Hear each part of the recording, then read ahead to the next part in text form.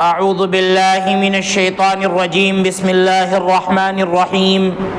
ان اللہ یأمر بالعدل والإحسان وإیتاء ذی القربى وینہی عن الفحشاء والمنکر والبغی یعظکم لعلکم تذکرون۔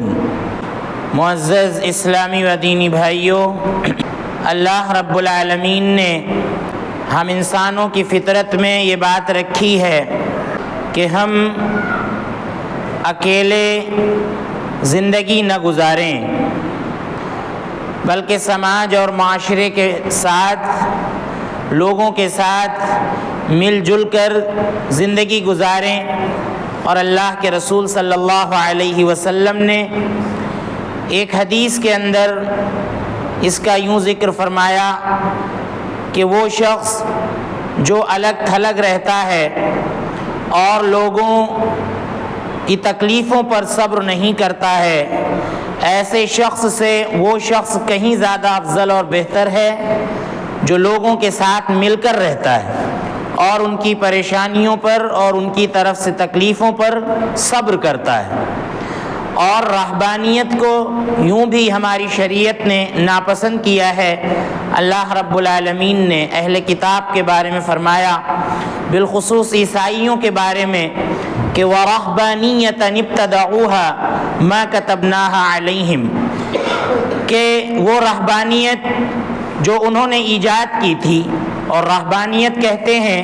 کہ اپنے آپ کو سماج اور معاشرے سے الگ کر لینا، کہیں جنگل میں اور کسی کٹی میں چلے جانا اور وہاں جا کر اللہ اللہ کرنا، اللہ تعالیٰ کی عبادت کرنا اور لوگوں کے ساتھ میل جول کو بہتر نہ سمجھنا۔ اللہ کے رسول صلی اللہ علیہ وسلم نے بھی اس کو ناپسند کیا ہے، اور اللہ رب العالمین نے اس آیت میں فرمایا کہ وہ رہبانیت جو انہوں نے ایجاد کی تھی ہم نے ان پر فرض نہیں کی تھی، مگر اللہ کی رضا کے لیے وہ ایسا کرتے تھے، لیکن وہ رہبانیت کا حق ادا نہیں کر پائے۔ ظاہر سی بات ہے، انسان کی فطرت میں اللہ رب العالمین نے یہ بات رکھی ہے کہ انسان سماج اور معاشرے کے ساتھ رہے، انسان افراد کے ساتھ رہے، اور ہماری شریعت نے اسلام کی بنیادیں جو بتلائی ہیں ان میں بھی ہم دیکھتے ہیں کہ ایک طرح کا اجتماع ہوتا ہے۔ اللہ رب العالمین نے سب سے پہلے ہم سے ایمان لانے کے لیے کہا، اللہ رب العالمین پر ایمان لانے کے لیے کہا، اور اس کے بعد محمد صلی اللہ علیہ وسلم کو اللہ کا رسول ماننے کے لیے کہا، اور تمام لوگوں کو اللہ رب العالمین نے اس بات کا حکم دیا، اور اللہ کے رسول صلی اللہ علیہ وسلم نے اس بات کا حکم دیا جس سے اجتماعیت کا پتہ چلتا ہے۔ اس کے بعد ہماری جو دوسری بنیاد ہے وہ نماز ہے، جس سے اجتماعیت کا پتہ چلتا ہے، اور اللہ رب العالمین نے قرآن کریم کے اندر جماعت کے ساتھ نماز کو فرض قرار دیا ہے، اور اللہ کے رسول صلی اللہ علیہ وسلم کی احادیث سے بھی یہی پتہ چلتا ہے کہ یہ جو 5 نمازیں ہیں، عام حالات میں اگر انسان کے پاس کوئی عذر نہیں ہے تو اس کو جماعت کے ساتھ مسجد میں پڑھنا، لوگوں کے ساتھ مل کر پڑھنا، یہ واجب اور ضروری ہے، جیسا کہ اللہ رب العالمین فرماتا ہے وَارْكَعُوا مَعَ الرَّاكِعِينَ، کہ رکوع کرنے والوں کے ساتھ رکوع کرو۔ مفسرین اس کا مطلب بیان کرتے ہیں صلوا مع المصلین، یعنی نماز پڑھنے والوں کے ساتھ نماز پڑھو، جماعت کے ساتھ نماز پڑھو۔ اور اللہ کے رسول صلی اللہ علیہ وسلم نے فرمایا کہ میرا جی چاہتا ہے کہ میں کسی کو حکم دوں کہ وہ اذان دے، اور پھر میرا دل کرتا ہے کہ میں اپنی جگہ امامت میں کسی اور کو کھڑا کروں، اور پھر میں جاؤں ان لوگوں کے گھر کی طرف جو نماز میں حاضر نہیں ہوئے ہیں جماعت میں، ان کے گھروں کو آگ لگا دوں، آگ کے حوالے کر دوں ان کے گھر کو۔ تو اس نماز سے بھی اجتماعیت کا پتہ چلتا ہے، اور اس نماز میں مرکزیت پائی جاتی ہے۔ ہماری شریعت نے حکم دیا ہے کہ ہم کہیں بھی ہوں اور کہیں بھی ہم نماز پڑھیں تو تمام مسلمانوں کی یہ ذمہ داری بنتی ہے کہ وہ اپنا رخ قبلے کی طرف کریں، اور جیسا کہ اللہ رب العالمین نے اس بات کا حکم دیا ہے اللہ کے نبی صلی اللہ علیہ وسلم کو کہ فَوَلِّ وَجْهَكَ شَطْرَ الْمَسْجِدِ الْحَرَامِ، اے نبی صلی اللہ علیہ وسلم آپ اپنا رخ نماز میں مسجد حرام کی طرف کر لیں، قبلے کی طرف کر لیں، اور تمام مسلمانوں کو یہی حکم دیا گیا۔ اسلام کی ایک بنیاد آپ دیکھیں زکوٰۃ کی ادائیگی ہے، زکوٰۃ کی ادائیگی ہے، اس میں بھی آپ دیکھیں اجتماعیت پائی جاتی ہے۔ ہم زکوٰۃ دے کر غریبوں کی غمخواری کرتے ہیں، ہم مسکینوں کا خیال کرتے ہیں، ہم اپنے خاندان کے جو ہمارے ذوی القربہ ہیں ہم ان کو زکوٰۃ دیتے ہیں اگر وہ مستحق ہیں، اور اسی طرح سماج اور معاشرے میں اور ہمارے پاس پڑوس میں جو لوگ زکوٰۃ کے مستحق ہیں ہم زکوٰۃ دے کر اجتماعی انداز میں ہم ان کی غمخواری کرتے ہیں۔ اسی طرح سے روزہ ہے، یہ بھی جو ہے اجتماعیت کا درس دیتا ہے، ایک ساتھ مل کر رہنے کا درس دیتا ہے۔ اور اسی طرح آپ دیکھیں اسلام کی جو پانچویں بنیاد ہے وہ اجتماعیت کا سب سے بڑا مظہر ہے، حسن معاشرت کا سب سے بڑا مظہر ہے، جو تمام مسلمان کعبے میں جا کر اور مکے میں جا کر انجام دیتے ہیں۔ تو ہماری جو بنیادیں ہیں، ہمارے مذہب کی جو بنیادیں ہیں وہ ہمیں حسن معاشرت سکھلاتی ہیں، لوگوں کے ساتھ مل جل کر رہنے کا سلیقہ سکھلاتی ہیں اور لوگوں کے ساتھ مل جل کر رہنے کا پیغام دیتی ہیں۔ لہذا ہم انسانوں کو بھی اس کا خیال کرنا چاہیے۔ بلکہ آپ دیکھیں اللہ کے رسول صلی اللہ علیہ وسلم نے ایک حدیث کے اندر 3 مخلوقات کا ذکر فرمایا۔ اللہ کے نبی صلی اللہ علیہ وسلم نے فرمایا کہ خلقت الملائکۃ من نور، اللہ رب العالمین نے فرشتوں کو روشنی سے پیدا کیا، نور سے پیدا کیا، اور جان کو یعنی جن کو اللہ رب العالمین نے آگ سے پیدا کیا۔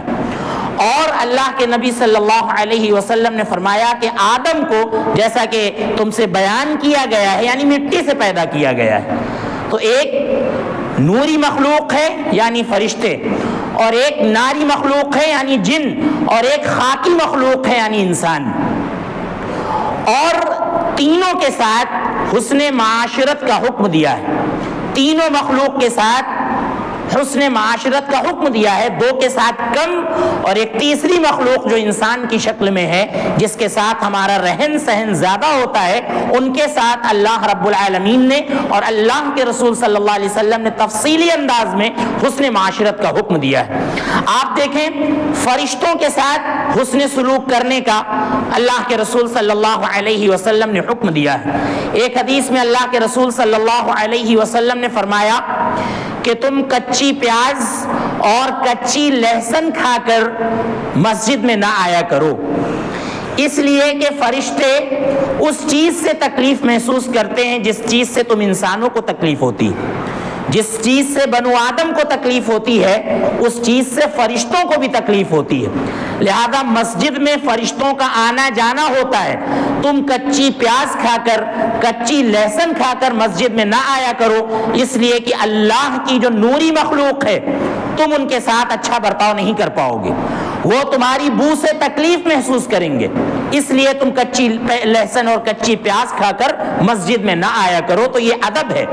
یہ ادب ہے کہ جب ہمیں مسجد میں آنا ہو تو کچی پیاز اور کچی لہسن کا ہم استعمال نہ کریں۔ اور اسی طرح سے وہ چیزیں جو لہسن اور پیاز سے زیادہ بدبودار ہوتی ہیں ان چیزوں کو تو ہمیں بدرجہ اولا استعمال نہیں کرنا چاہیے۔ اسی لیے اللہ کے رسول صلی اللہ علیہ وسلم نے حکم دیا ہے کہ اگر مجھے اس بات کا خدشہ نہ ہوتا کہ میں اپنی امت کو مشقت میں ڈال دوں گا تو میں حکم دیتا کہ وہ 5 نمازوں میں ضروری طور پر مسواک کریں، ضروری طور پر مسواک کریں، کیونکہ یہ مسواک اللہ رب العالمین کو خوش کرتی ہے اور منہ کو صاف رکھتی ہے، اور جب منہ صاف ہوگا تو منہ سے بدبو نہیں آئے گی، اور اس سے اللہ کی جو مخلوق ہے جو نوری مخلوق ہے اس کو تکلیف محسوس نہیں ہوگی، اور ایک جو خاکی مخلوق ہے ہم انسان ہیں ہم کو تکلیف نہیں محسوس ہوگی۔ تو اللہ کے نبی صلی اللہ علیہ وسلم نے فرمایا کہ مشقت ہو سکتی تھی، ایک تو 5 نمازوں میں مسواک کا حصول، اس کو حاصل کرنا یہ ذرا ایک مشکل کام ہو سکتا ہے، اور اسی طرح سے بار بار مسوڑوں پر رگڑنے کی وجہ سے کہیں مسوڑوں میں تکلیف نہ ہو جائے، اس لیے اللہ کے رسول صلی اللہ علیہ وسلم نے فرض تو نہیں قرار دیا، لیکن آپ صلی اللہ علیہ وسلم نے مرتے دم تک مسواک کو پسند فرمایا۔ جب آپ صلی اللہ علیہ وسلم کی وفات ہونے والی تھی تو اس سے پہلے آپ کی یہ چاہت تھی کہ ہم مریں، ہم اس دنیا سے جائیں تو مسواک کر کے جائیں، جس کو اما عائشہ رضی اللہ عنہا نے نرم کر کے آپ صلی اللہ علیہ وسلم کو دیا تھا۔ تو آپ صلی اللہ علیہ وسلم نے فرمایا کہ اس نوری مخلوق کے ساتھ بھی انسان کو حسن سلوک کرنا چاہیے، اچھا سلوک کرنا چاہیے۔ یہ ناری مخلوق جو جن کی شکل میں ہے، اللہ کے رسول صلی اللہ علیہ وسلم نے ایک حدیث میں فرمایا کہ تم گوبر سے اور اسی طرح سے ہڈی سے استنجا نہ کرو۔ استنجا اگر تمہیں کرنا ہے، پانی نہیں ہے یا پانی ہے پھر بھی تم اگر استنجا ڈھیلوں سے کرنا چاہ رہے ہو تو تم مٹی کا استعمال کرو یا مٹی والے پتھروں کا استعمال کرو، اور اگر یہ نہ ملے تو تم ایسا نہ کرو کہ کہیں ہڈی پڑی ہوئی دیکھو تو تم اس سے استنجا کرنے لگو یا گوبر سے استنجا کرنے لگو۔ اللہ کے نبی صلی اللہ علیہ وسلم نے فرمایا کہ اس لیے کہ یہ تمہارے بھائیوں کی خوراک ہے، اس لیے کہ یہ تمہارے بھائیوں کی خوراک ہے۔ وہاں پر بھائی اللہ کے نبی صلی اللہ علیہ وسلم نے جنوں کو کہا ہے، یہ ہڈی جو ہوتی ہے جنوں کی خوراک ہے۔ اللہ کے نبی صلی اللہ علیہ وسلم نے فرمایا کہ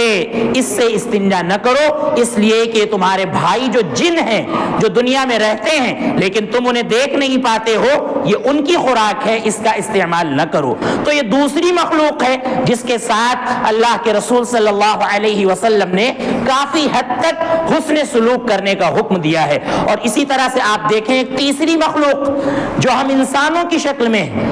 انسانوں کی شکل میں جو مخلوق ہے، اس کے تعلق سے اللہ رب العالمین نے تفصیلی احکامات جاری کیے ہیں کہ انسانوں کے ساتھ مکمل انداز میں حسن سلوک ہونا چاہیے۔ اور ہم رہتے ہیں تو ہمارا واسطہ ہمارے گھر میں مختلف لوگوں سے پڑتا ہے، سماج اور معاشرے میں مختلف لوگوں سے پڑتا ہے۔ ہم گھر سے باہر جاتے ہیں، ہمارا واسطہ بازار میں مختلف لوگوں سے پڑتا ہے۔ اللہ کے رسول صلی اللہ علیہ وسلم نے ہمیں سارے آداب سکھلائے ہیں۔ آپ کے سامنے ذکر آیا کہ ہمارے گھر میں ایک انمول تحفہ عظیم رشتوں کی شکل میں، ماں باپ کی شکل میں ہوتا ہے، عظیم رشتوں کی شکل میں ماں باپ کے انداز میں ہوتا ہے۔ والدین کے حقوق کا آپ کے سامنے ذکر آیا، لہذا والدین کے ساتھ اچھا سلوک کیا جائے۔ جیسا کہ ایک حدیث میں اللہ کے رسول صلی اللہ علیہ وسلم سے ایک صحابی نے پوچھا تھا کہ میری اچھی صحبت کا سب سے زیادہ مستحق کون ہے؟ اللہ کے نبی صلی اللہ علیہ وسلم نے 3 بار بیان فرمایا کہ تمہاری ماں تمہارے اچھے سلوک کی سب سے زیادہ مستحق ہے۔ اس کے بعد اللہ کے نبی صلی اللہ علیہ وسلم نے 34 بار میں فرمایا کہ پھر تمہارے باپ تمہاری اچھی صحبت کے زیادہ مستحق ہیں، لہذا والدین کے ساتھ اچھا برتاؤ کیا جائے۔ ہمارے گھر میں ہمارے بھائی ہوتے ہیں، ہمارے گھر میں ہماری بہنیں ہوتی ہیں، بیٹیاں ہوتی ہیں۔ بہنوں اور بیٹیوں کے تعلق سے کئی بار آپ کے سامنے ذکر آ چکا ہے۔ اللہ کے رسول صلی اللہ علیہ وسلم نے فرمایا کہ اگر اللہ رب العالمین نے کسی کو 3 بیٹیاں دی ہیں یا 3 بہنیں دی ہیں، یا اللہ نے کسی کو 2 بیٹیاں دی ہیں اور 2 بہنیں دی ہیں، ایسا شخص، یہ باپ اور یہ بھائی اپنے بہنوں کی اور اپنی بیٹیوں کی اچھی تربیت کرتا ہے، ان کے ساتھ اچھا سلوک کرتا ہے اور پھر اس کے بعد اچھا سا رشتہ دیکھ کر ان کی شادیاں کر دیتا ہے، اللہ کے رسول صلی اللہ علیہ وسلم فرماتے ہیں کہ یہ بہنیں اپنے بھائیوں کو جہنم میں داخل نہیں ہونے دیں گی اور یہ بیٹیاں اپنے باپ کو جہنم میں داخل نہیں ہونے دیں گی۔ اگر کوئی باپ ایسا کام اپنی بیٹیوں کے ساتھ کرتا ہے اور اگر کوئی بھائی اپنی بہنوں کے ساتھ ایسا سلوک کرتا ہے اور ان کی حسن تربیت کا ہر انداز میں خیال کرتا ہے اور اس کے بعد اچھا سا رشتہ دیکھ کر ان کی شادی کر دیتا ہے، اللہ کے رسول صلی اللہ علیہ وسلم نے فرمایا کہ یہ بہن اور بیٹیاں ہمارے لیے جہنم کی آگ سے آڑ بن جائیں گی۔ لہذا بہنوں کو بوجھ نہ سمجھا جائے، بیٹیوں کو بوجھ نہ سمجھا جائے، ان کے ساتھ حسن سلوک کیا جائے اور وقت پر بہنوں کی اور بیٹیوں کی شادی کی جائے۔ آج بہت بڑا اصلاح معاشرہ میں جو خلل پیدا ہوتا ہے اور ہمارے معاشرے میں، ہمارے سماج میں جو بہت بڑا خلل پیدا ہو رہا ہے اور فساد واقع ہو رہا ہے، وہ یہ کہ ہم اپنی بہن بیٹیوں کا رشتہ نہیں کرتے ہیں، صحیح رشتہ تلاش کر ان کی شادی ہم وقت پر نہیں کر رہے ہیں۔ اسی لیے ہمارے سماج میں بگاڑ پیدا ہو رہا ہے، فساد پیدا ہو رہا ہے۔ آپ دیکھیں رشتوں کی تلاش دونوں طرف سے ہو جاتی ہے، ہو سکتی ہے۔ بعض علاقوں میں تو یہ فکر پائی جاتی ہے کہ لڑکیوں کا رشتہ لے کر نہیں جایا جاتا بلکہ لڑکیوں کا رشتہ آتا ہے یہ فکر پائی جاتی ہے۔ اور بعض جگہ کیا ہوتا ہے کہ لڑکے تلاش کیے جاتے ہیں، لڑکی والے جاتے ہیں لڑکا تلاش کرنے کے لیے، تو یہ پایا جاتا ہے۔ تو دونوں فکریں غلط ہیں۔ یہ فکر نہیں ہونی چاہیے کہ صرف لڑکے والے لڑکی تلاش کریں یا صرف لڑکیوں والے لڑکے تلاش کریں، ایسا نہیں ہونا چاہیے۔ جب ہم سیرت کا مطالعہ کرتے ہیں، اللہ کے رسول صلی اللہ علیہ وسلم کی زندگی دیکھتے ہیں، تو پتہ چلتا ہے کہ آپ صلی اللہ علیہ وسلم کو خود عورتوں نے بھی پیغام دیا ہے، عورتوں کی طرف سے پیغام آیا ہے، اور اللہ کے رسول صلی اللہ علیہ وسلم نے خود بھی پیغام دیا ہے اور صحابہ کرام سے پیغام دلوایا ہے، اور صحابہ کرام کی بعض عورتوں سے مردوں کو پیغام دلوایا ہے۔ دونوں طرف سے پیغام دلوایا جا سکتا ہے۔ لہذا بہنوں کے تعلق سے اور بیٹیوں کے تعلق سے اس بات کا انتظار نہ کیا جائے کہ جب ہمارے گھر میں کسی لڑکے کا رشتہ آئے گا تب ہم اس سے اپنی بہن کی اور اپنی بیٹی کی شادی کریں گے، ورنہ ہم یوں ہی ان کی عمریں گزرنے دیں گے۔ یہ بہت بڑی غلط فہمی ہے۔ لہذا آپ تلاش کریں اپنی بہن کے لیے، اپنی بیٹی کے لیے دیندار گھرانے کا رشتہ اور اچھے اخلاق والا رشتہ آپ تلاش کریں، جیسا کہ اللہ کے رسول صلی اللہ علیہ وسلم نے فرمایا کہ اگر تمہارے گھر میں ایسے شخص کا پیغام آتا ہے جس کے اخلاق سے اور جس کی دینداری سے تم راضی ہو، خوش ہو، تو اس سے اپنی بہن کی شادی، اپنی بیٹی کی شادی یا اپنے بیٹے کی شادی کر دو۔ اور اگر تم نے ایسا نہیں کیا تو زمین میں بہت بڑا فساد پھیلے گا، زمین میں بہت بڑا فساد پھیلے گا۔ اور اللہ کے رسول صلی اللہ علیہ وسلم نے دوسری حدیث میں فرمایا کہ جب عورت سے شادی کی جاتی ہے تو 4 چیزیں دیکھی جاتی ہیں، اس کی خوبصورتی دیکھی جاتی ہے، اس کا مال دیکھا جاتا ہے، اس کا حسب و نسب دیکھا جاتا ہے، اس کی دینداری دیکھی جاتی ہے۔ اللہ کے نبی صلی اللہ علیہ وسلم نے فرمایا کہ تم دیندار کو ترجیح دے کر کامیاب ہو جاؤ، دیندار کو ترجیح دے کر کامیاب ہو جاؤ۔ باقی چیزوں میں کمی ہے آپ سمجھوتا کر لیں، لیکن دینداری میں سمجھوتا نہ کریں، اللہ رب العالمین آپ کو کامیاب کر دے گا۔ تو اصلاح معاشرہ کی فکر ہمیں اس انداز سے بھی ہونی چاہیے کہ ہمارے گھر میں جو بہن بیٹیاں ہیں ان کی اچھی تربیت ہو، اور وقت رہتے صحیح وقت میں ان کے لیے اچھا سا رشتہ تلاش کر کے ان کی شادی کر دی جائے۔ آپ دیکھیں کنواری لڑکیوں کو حدیث کے اندر بتلایا گیا ہے کہ یہ بڑی باحیا ہوتی ہیں، بڑی باحیا ہوتی ہیں، اسی لیے اللہ کے رسول صلی اللہ علیہ وسلم نے فرمایا کہ کنواری لڑکی کی اجازت اذنھا سماطھا، اس کی خاموشی ہی اس کی اجازت۔ وہ اپنے منہ سے نہیں کہے گی کہ ہمیں رشتہ منظور ہے، وہ اپنے منہ سے نہیں کہے گی کہ ہماری شادی کر دو، لہذا اس کی خاموشی ہی اس کی اجازت ہے، وہ خاموش ہوتی ہے۔ وہ اپنے بھائی سے نہیں کہہ سکتی کہ ہمارا رشتہ کرا دو، اپنے باپ سے نہیں کہہ سکتی کہ ہمارا رشتہ کرا دو، کیونکہ ہماری شریعت نے ان کو حد درجہ شرم والا بتلایا ہے، اور شرم ہونی بھی چاہیے ان کے اندر، لیکن اس کا یہ مطلب نہیں ہے کہ ان کی شرم اور ان کے حیا کا ان کے بھائی اور ان کے باپ ناجائز فائدہ اٹھائیں اور ان کا رشتہ نہ کریں صحیح جگہ۔ لہذا اصلاح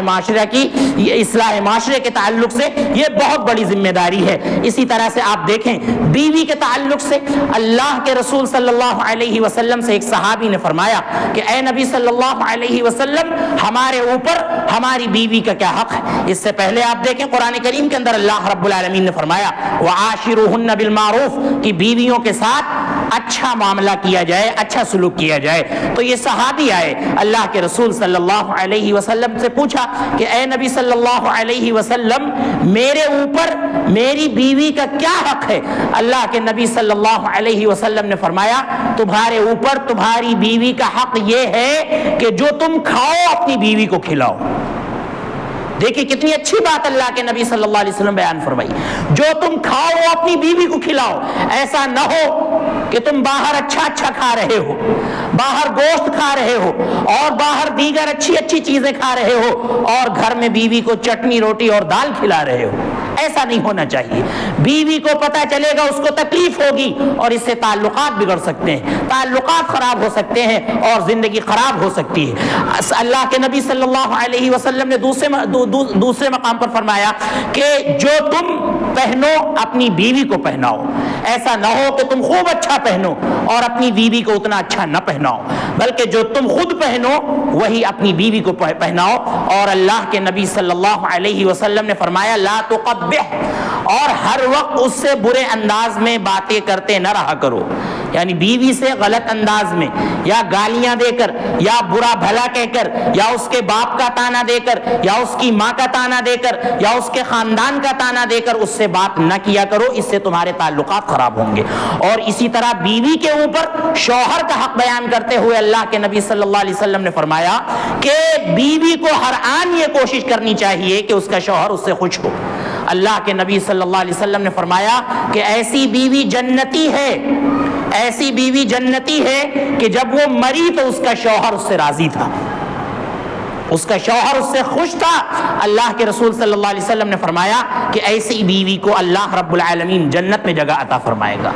تو یہ ہے گھر والوں کے ساتھ حسن سلوک۔ بچوں کے تعلق سے آپ دیکھیے ہماری شریعت نے حکم دیا ہے کہ ان کی اچھی تربیت، جب بچے پیدا ہو تو ان کا اچھا سا نام رکھا جائے اور 7ویں دن سنت کے مطابق ان کا عقیقہ کیا جائے۔ آپ دیکھیں اس تعلق سے بھی ہمارے یہاں بڑا فساد پایا جاتا ہے، بڑی خرابی پائی جاتی ہے۔ عقیقے سے کہیں زیادہ لوگ جو ہے جہالت میں آ کر چھٹی میں پیسہ خرچ کر دیتے ہیں، جو ایک ناجائز اور غلط رسم ہے، لیکن بچے کا 7ویں دن عقیقہ نہیں کراتے ہیں۔ جیسا کہ اللہ کے نبی صلی اللہ علیہ وسلم نے فرمایا کہ بچہ جو ہوتا ہے یہ عقیقے کے عوض گروی ہوتا ہے۔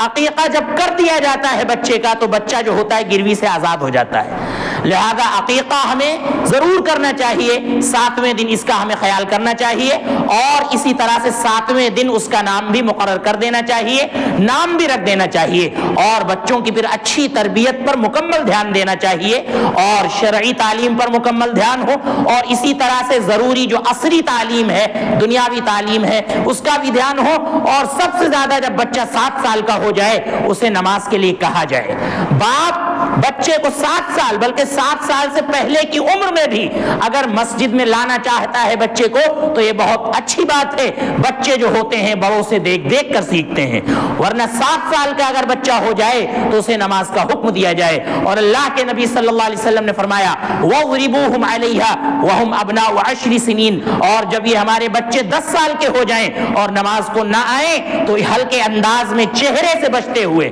ان کو مارا بھی جا سکتا ہے، ان کو مارا بھی جا سکتا ہے۔ اگرچہ 10 سال میں ابھی نماز فرض نہیں ہوئی ہے، نماز فرض ہوگی جب یہ بالغ ہوں گے، جب یہ بالغ ہوں گے، وہ کسی بھی عمر میں بالغ ہوں، عام طور سے 15 سال میں بچہ بالغ ہوتا ہے، ورنہ بلوغت کی جو علامتیں ہیں جب وہ ظاہر ہو جائیں گی تب بچے پر نماز فرض ہوگی۔ لیکن تربیت کے لیے ہماری شریعت نے بچے کو مارنے کا حکم دیا ہے کہ ہلکے انداز میں ان کو مار مار کر نمازی بنایا جا سکتا ہے، لہذا ان ساری باتوں کا خیال کیا جائے۔ اسی طرح سے آپ دیکھیے انسان گھر سے باہر نکلتا ہے، اس کے پاس پڑوس کے لوگ ہیں، پڑوسیوں کے حقوق کا ذکر آپ کے سامنے آیا۔ انسان کے اپنے دوست ہوتے ہیں، لہذا دوستوں کا ہم خیال کریں۔ اور اسی طرح سے آپ دیکھیں والد کے دوستوں کا تو خاص طور سے اللہ کے رسول صلی اللہ علیہ وسلم نے حکم دیا ہے کہ اگر والد آپ کے نہیں ہیں یا والد ہیں تب بھی جو ہے والد کے جو دوست ہیں، جو بچے کے انکل اور چچا ہوتے ہیں، اللہ کے نبی صلی اللہ علیہ وسلم نے فرمایا کہ والد کے بعد والد کے دوستوں کے ساتھ اچھا سلوک کیا جائے۔ اور اسی طرح سے سماج اور معاشرے میں جن لوگوں سے بھی ہماری ملاقات ہوتی ہے، ہمارے غیر مسلم بھائی ہیں، ہم ہندوستان میں رہتے ہیں، ہمارے غیر مسلم بھائی ہمارے ساتھ رہتے ہیں، ان کے ساتھ اچھا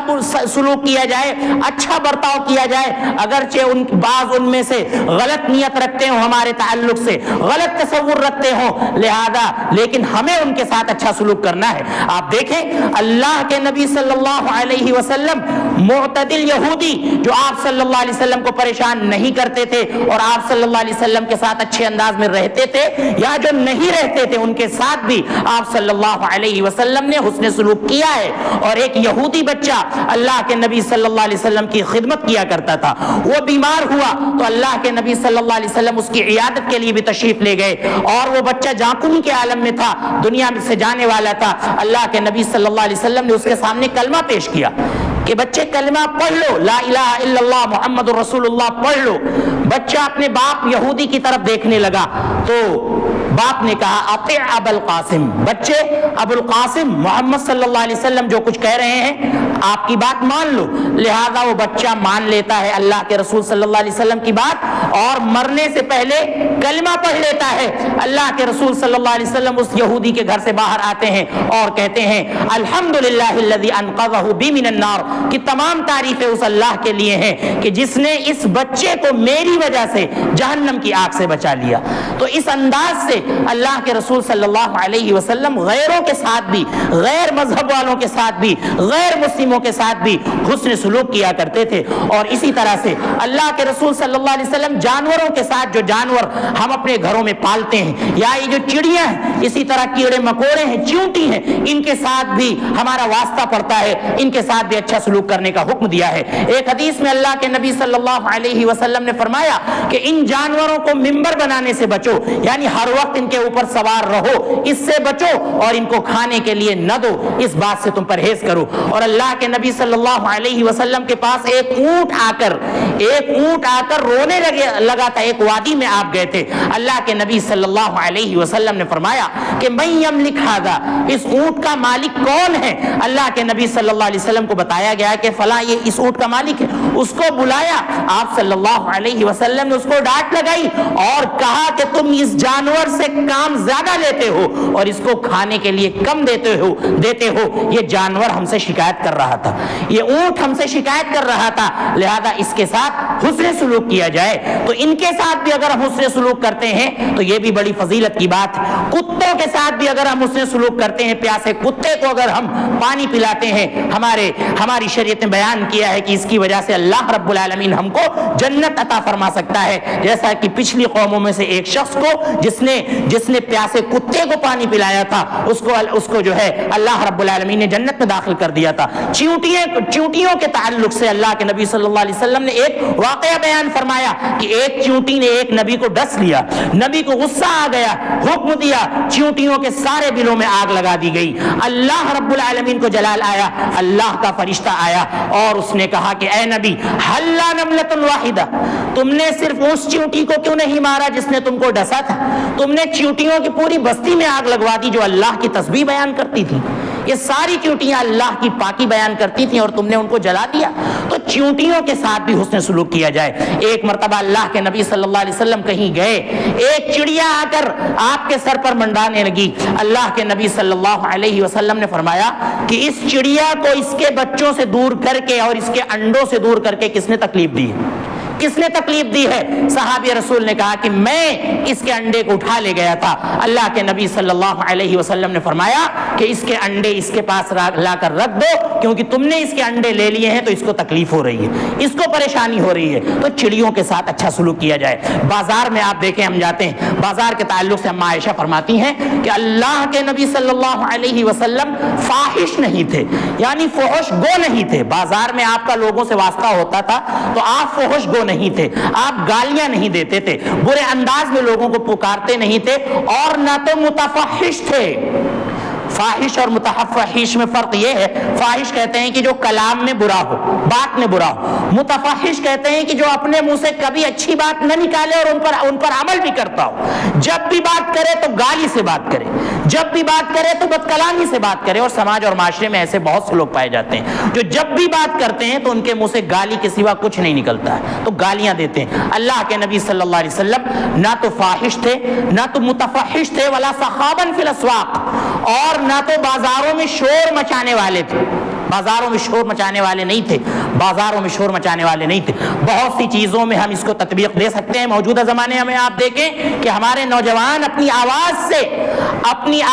سے بہت سے لوگوں کو تکلیف دیتے ہیں، پاس پڑوس کے لوگوں کو تکلیف دیتے ہیں، گاڑی کا تیز ہارن بجا کر، اسی طرح سے سائلنسر میں عجیب و غریب سسٹم لگا کر جو وہ تیز آواز ہوتی ہے، ہماری شریعت کے نقطۂ نظر سے ایسا کرنا سائلنسر کے ساتھ اور گاڑی کے ساتھ یہ ناجائز ہے، غلط ہے، کیونکہ آپ کی آواز سے دوسرے لوگوں کو تکلیف ہو رہی ہے۔ اور ہمارے نبی کبھی بھی بازار میں شور نہیں مچاتے تھے اور اپنی آواز کی وجہ سے کسی کو آپ صلی اللہ علیہ وسلم تکلیف نہیں دیا کرتے تھے۔ لہذا میرے بھائیوں، یہ اصلاح معاشرہ کے تعلق سے چند باتیں تھیں، بڑا وسیع موضوع ہے، بہت سی باتیں اس میں بیان کی جا سکتی ہیں، لیکن جو ضروری اور اہم باتیں تھیں اصلاح معاشرہ کے تعلق سے، وہ باتیں ہم نے آپ کے سامنے عرض کر دیں۔ اللہ رب العالمین فرماتا ہے خطبہ مسنونہ کے بعد میں نے آیت کریمہ پڑھی ان اللہ یأمر بالعدل والإحسان وإیتاء ذی القربى، اللہ رب العالمین حکم دیتا ہے عدل کا، انصاف کا حکم دیتا ہے، احسان کرنے کا حکم دیتا ہے کہ لوگوں کے ساتھ احسان کیا جائے۔